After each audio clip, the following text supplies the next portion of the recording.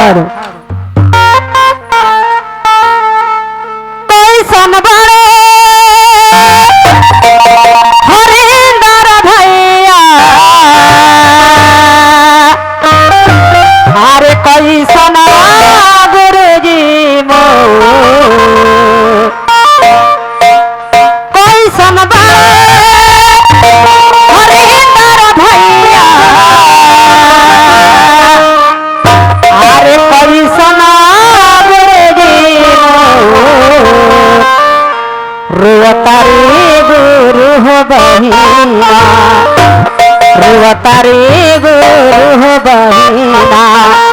ए गिरता नैना से रुवतारी गुरु हो बहिना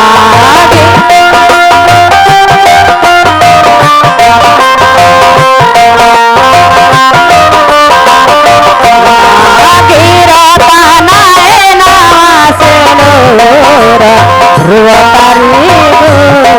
हो बहिना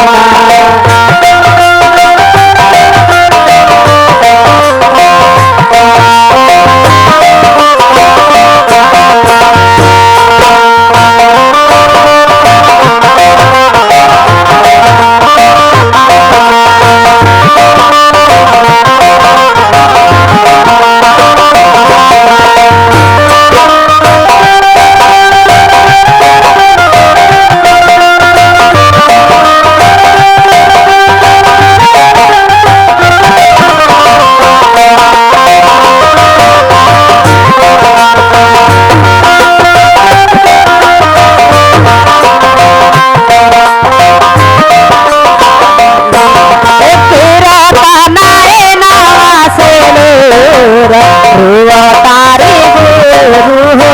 हो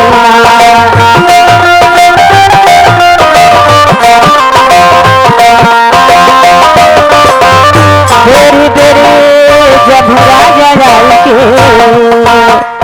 आई के बेरी बेरी जब राजा आई के अरे बोलेला जमोराज के बोलेला हो सुन के जमोराज के बोलेला हो सुन के थोड़ा के ना छातिया जमोराज के बोलेला हो सुन के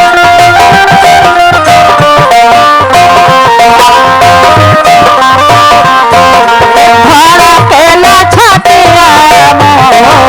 जमोराज के बोलेला हो सुन के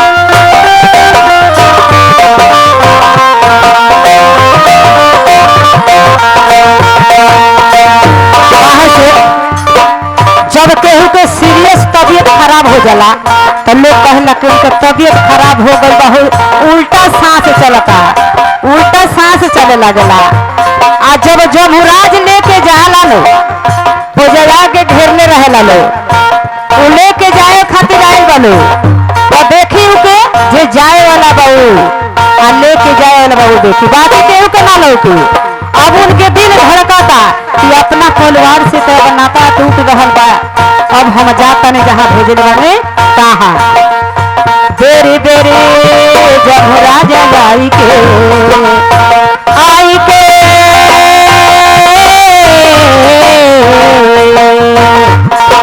बेरी बेरी जब राजा आई के अरे बोलेला बोलिया को जमराज के बोलिया हो सुन के जमराज के बोलिया हो सुन के थारा के लछतिया जमराज के बोलिया हो सुन के थारा के लछतिया जमराज के बोलिया हो सुन के